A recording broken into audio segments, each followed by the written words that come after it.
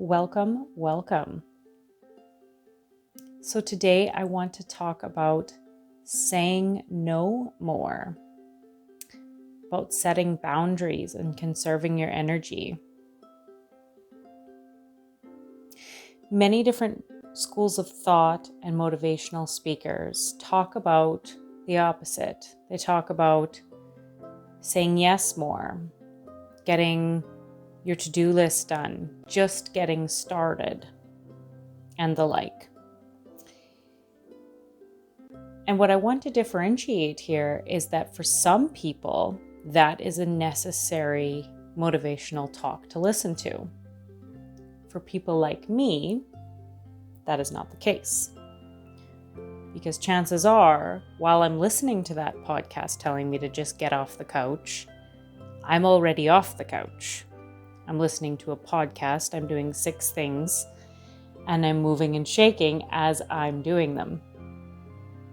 So, what ended up happening to me is that through all of my research on action, do, I landed up stressed and potentially landed up sick as a result.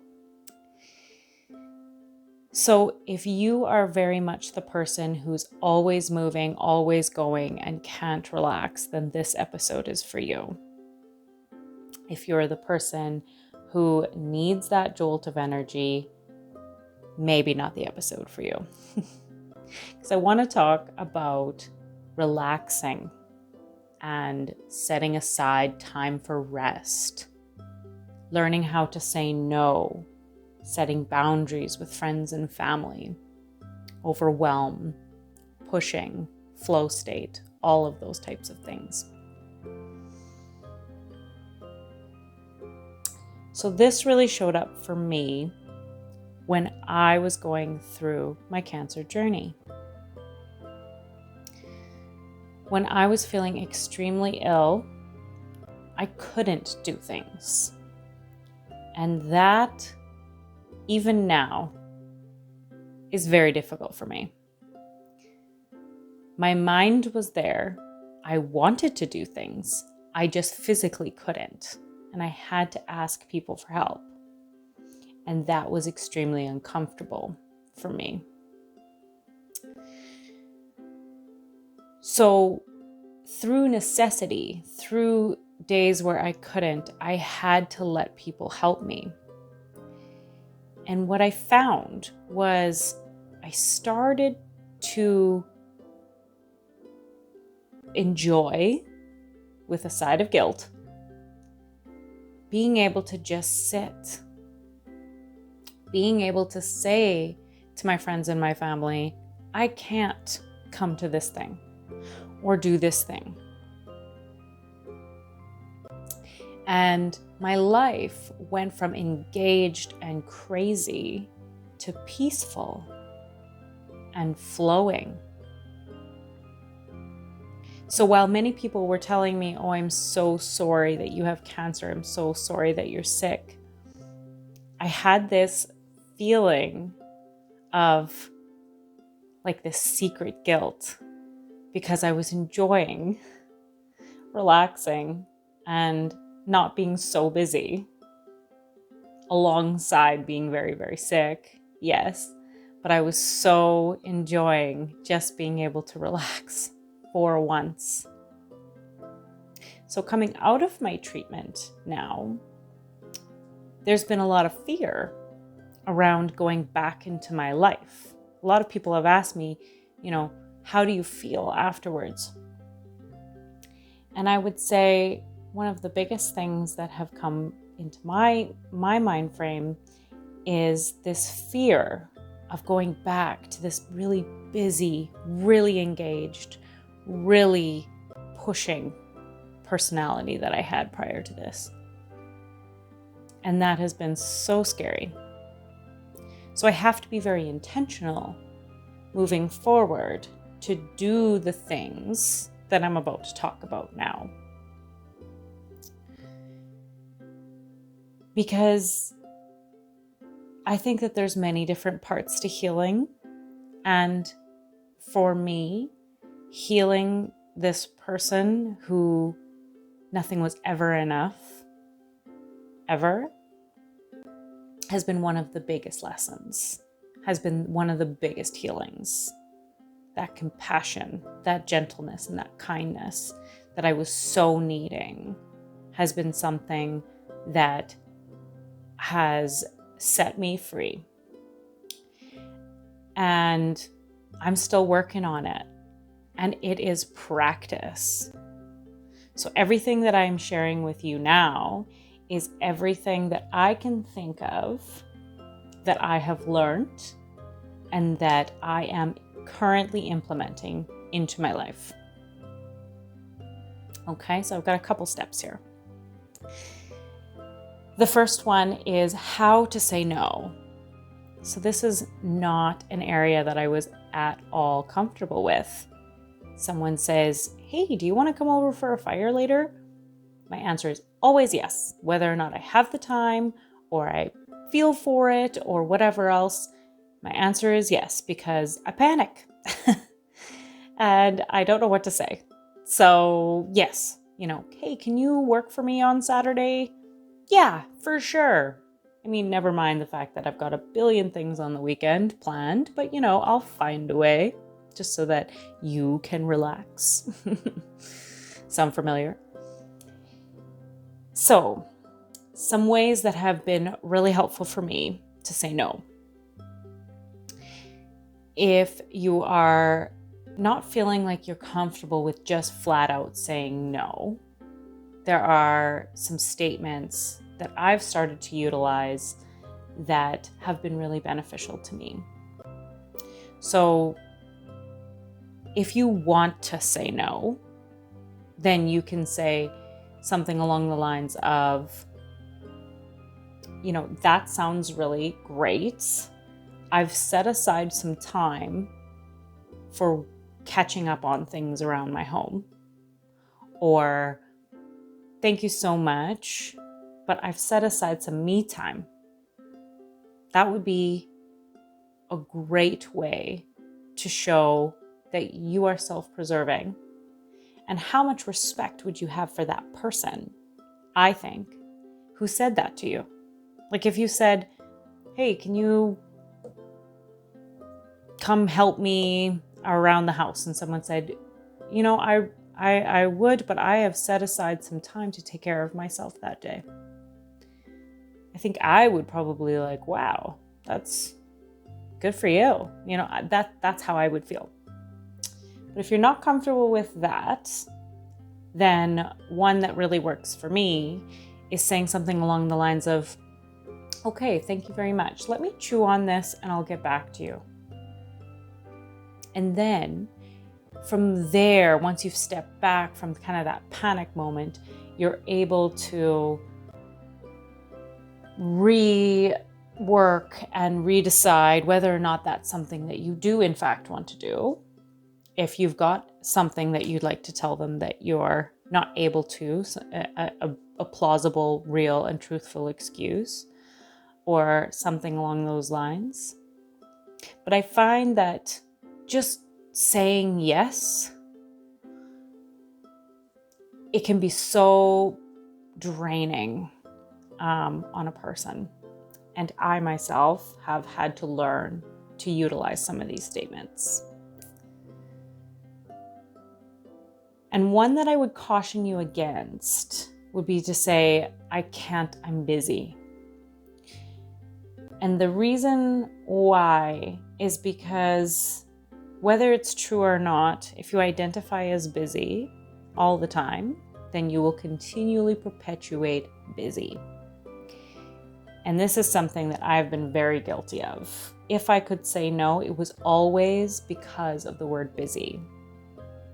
And that's not someone who I want to be anymore. So why would I perpetuate that? So I would caution you against the word busy because it may give you a sense of purpose, but it also drains your energy. Okay? So putting your self-care first, utilizing these statements and putting your self-care first. So ways that I had to put my self-care first was to be very intentional about rest, and I have continued to do so. So what do I mean by that? I mean along the lines of, tonight I am watching a movie. Tonight I am having a bath. Whatever works for you, all of it is applicable. But setting aside intentional rest is so much more valuable than being tired and worn out and I can't do this, but still trying to push through. Because two things. One, your productivity will be absolute shit. I've learned that from experience. And two, most of the time you end up procrastinating because you're so tired. And that usually comes in the form of spiraling through your phone, or talking on the phone with somebody, or re-cleaning something, or. And the thing that you wanted to get done just keeps getting pushed back. So now you've had an entire evening, which you intended on getting things done, even though you were tired. And one, you haven't gotten the thing done. And two, you've made yourself feel even worse because you procrastinated it. So why not set aside that intentional rest? Not something I was good at. I was often the person who did the spiraling on the phone and then regretted it. Every good business plan, every good job, every good friendship, marriage, everything plans in rest. So why do we think that if we just keep pushing, we'll be more special than the next? That we will be the one person who slips in and gets it done? I'm sorry, but we're not as special as we think. You need to set aside time for rest, setting that boundary for yourself and others. Something that was brought up to me during my journey from my counselor was HALT: hungry, angry, lonely, tired. And that makes so much sense to me. If you are hungry, angry, lonely, or tired, then know that whatever comes after that is going to be not valuable, not useful, and not productive. So being intentional on having compassion for yourself in that moment and eating the food, talking about the thing, calling up a good friend, or having a rest. What follows after that will be 10 times more productive than pushing through.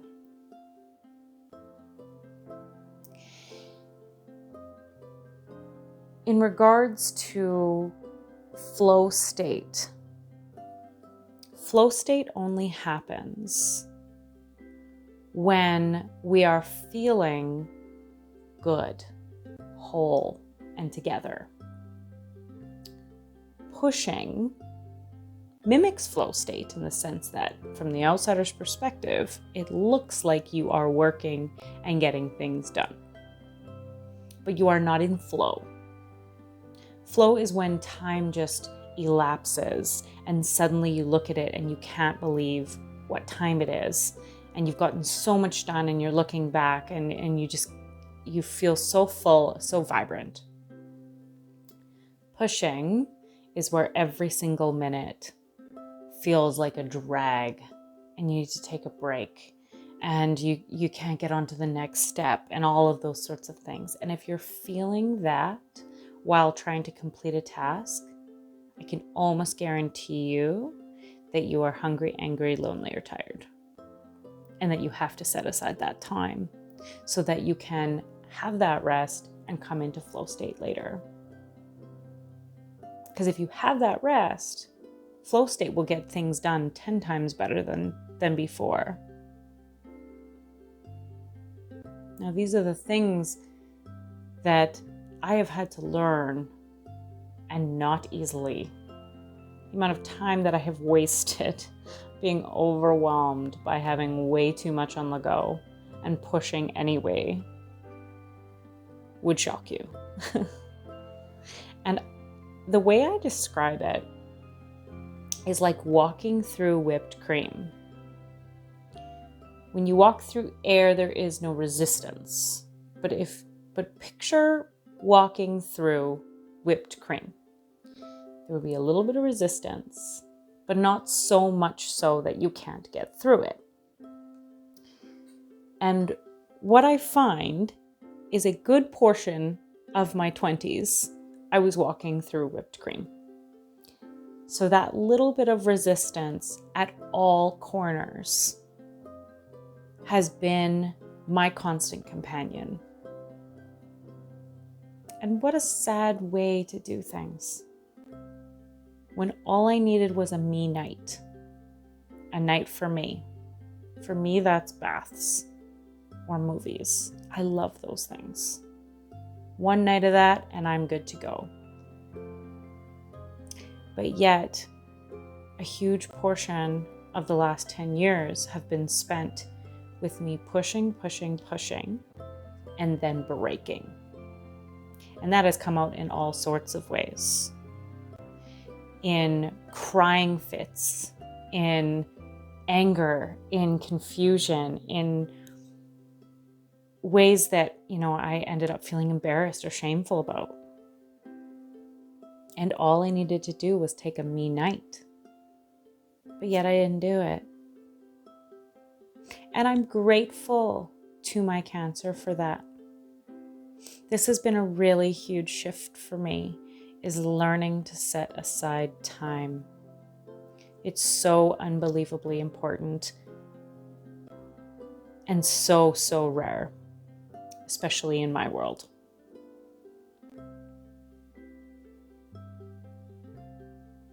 So overwhelm is the final stage.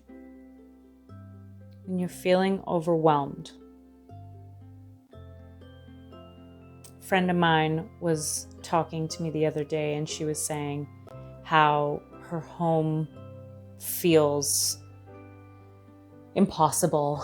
Her family life seems impossible. Everything just seems impossible. So she's done nothing because she just feels that she should be better, that she should be more on top of things, that other moms are more on top of things, and she just isn't.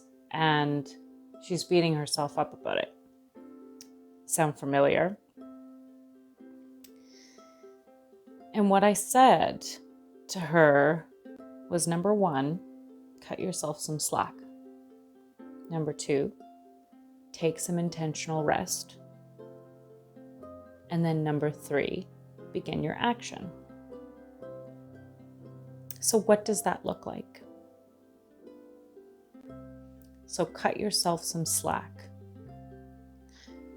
Everyone who she's comparing herself to are people that she is not in their homes.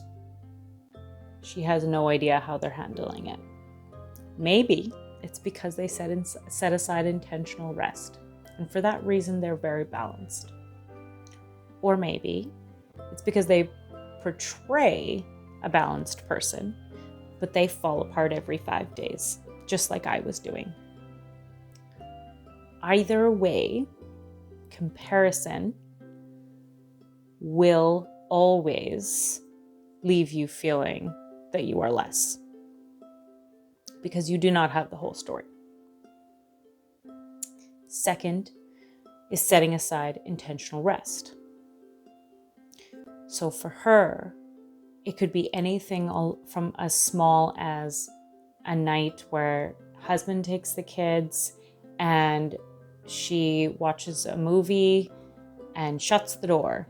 I have another friend who calls them bed days, where she will just lay in bed for a couple hours alone in the dark and hubby takes the kids.